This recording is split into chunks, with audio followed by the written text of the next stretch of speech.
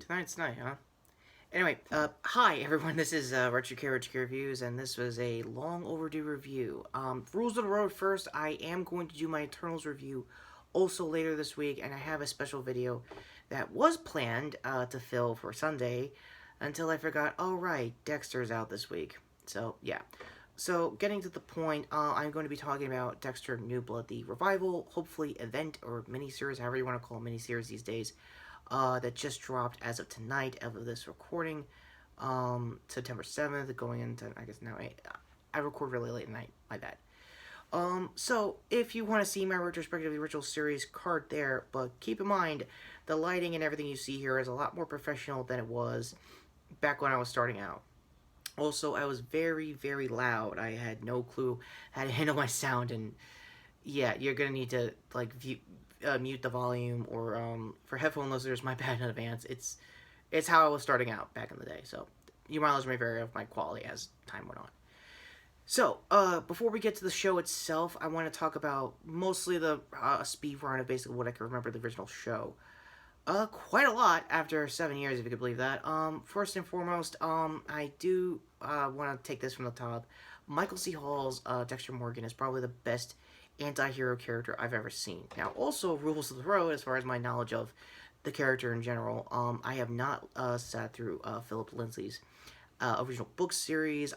What I've heard for years and what I've seen with my own eyes rewatching the first season leading up to this is that, yes, it was definitely an accurate representation of the first book, and I very much realized it may have pioneered a stereotype for YA shows for the last several years. For those who see my 13 Reasons Why review, the joke for that show, among many, after the first season was that it was a lot of ghost characters. Like it or not, this show, Dexter, kind of pioneered that subplot. Again, take that as you will. So, my overall thoughts of the original series, I'm going to go with the majority here and say the first 4 seasons was its best. I kind of want to defend as much as I can with the 5th season, but then I realized it was changing direction, and then finding out years after the fact it was actually changing showrunners, and I am eternally grateful for Michael trying to be a executive producer for the back half of the series. No, I'm going to be honest with you, he probably fought a lot harder than usual to get decent lines to remind him, hey, this is the Dexter I liked from the book, can we have him more? And what's there to say about those last 3 seasons from Chuck that I'm not going to talk about, other than season 6, where one of the biggest subplots that whole year was not the new killer in the room, new killer in town. It was if we could somehow make Deb, played by Jennifer Carpenter, then wife to now ex-husband Michael, now, obviously Dexter, and later in the new show I'll talk later about, being Jim and all, kind of sort of becoming a couple. To put it blunt, if you people never watched the original show and read the book series, they're adopted brother and sister, so stepbro, stepsister jokes. Yeah, the meme was very live. And speaking of memes, yes, of course, I am remiss not to clip, obviously, surprise motherfucker.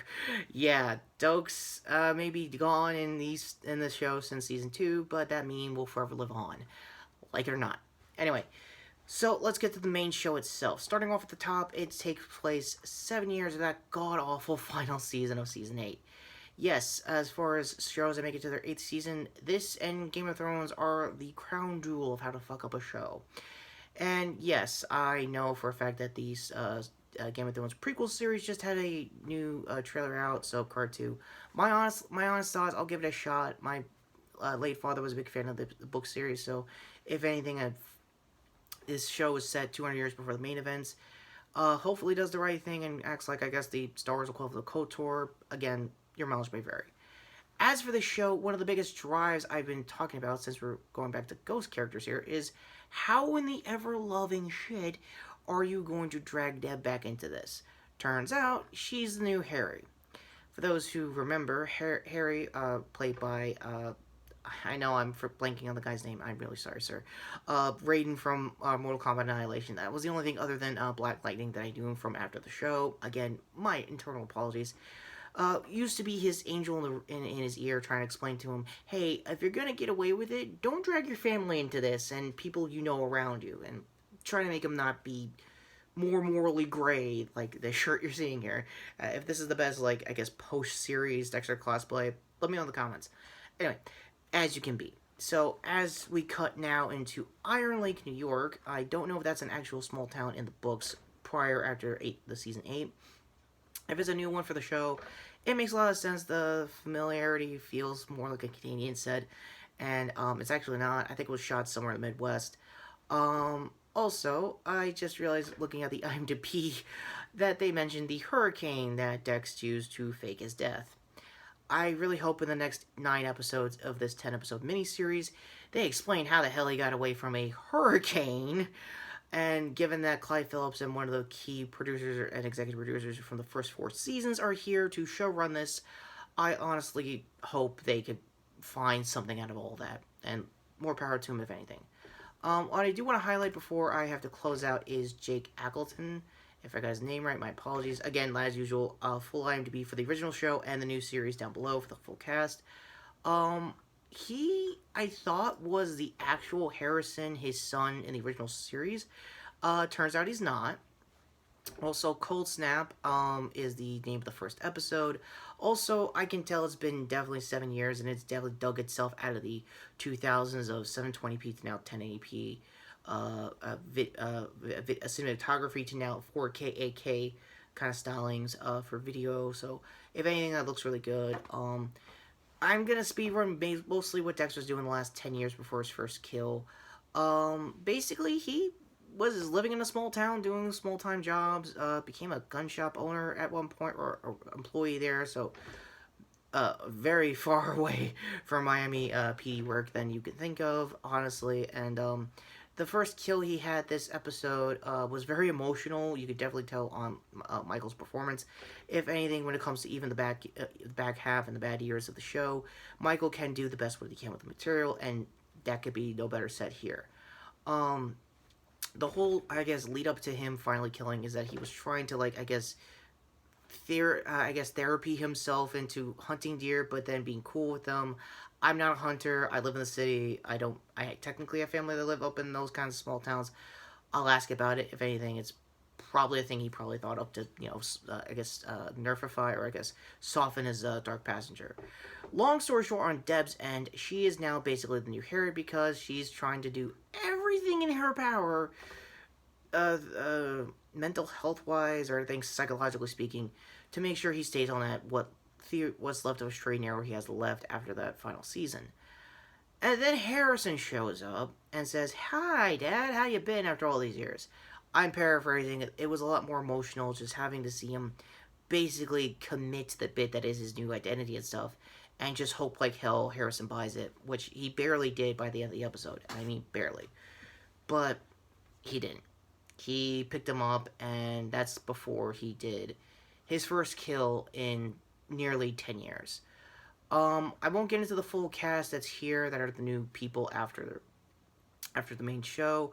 I will say I really cannot wait to see what Clancy Brown's going to be doing in the next coming episodes. That's going to be really cool. I'm a big mark for the guy since Highlander, so I know Krusty Krab voice acting obviously becomes a Clancy Brown. Also, Detroit Become Human, so it got a little used to the snow than usual. Again, I could be all day for that actor, casting-wise. Sorry, losing my words, because as you can tell, this is my second take. Yeah, the most intimate thing I've ever done, talking about something I personally used to like, and my phone dies as usual. Wouldn't be Retrokid reviews without it. Anyway, channel-wise aside, ultimately I still think you guys should check out the show, if you are a fan of the series. Now, personally speaking, I won't explain in detail how I got the show, mainly because my family also used to be Showtime subscribers, but we're not any longer. If you live in the States, please do it on, I guess, Amazon Prime through, the app or whatever they have nowadays. In my case, I heard that they're going to have it on Paramount Plus, hopefully tomorrow, as of this recording, so hopefully that's the case. If not, I'll find another way, so my apologies to that. But that all being said, I personally don't want to grade it, but at the same time, I gotta add a sheer completion, so if that's not a compulsion, I guess in comparing to Dexter trophies, then, yeah.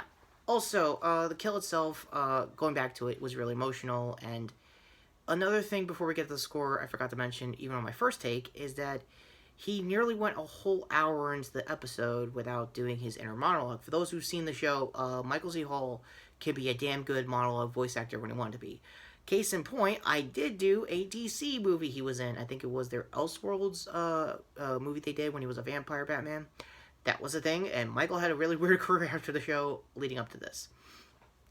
Yeah, I think personally, as of right now, given my bias when it comes to that final season on the original series and the last 7 years getting here, in my heart, I really wanted it to be a 9 out of 10. It looked like you worked your ass off a lot more than usual.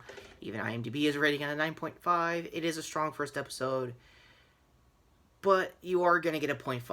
8.5, so that is the closest I've probably been brutally honest with the show in years, ever since I started my channel, so take that as you will.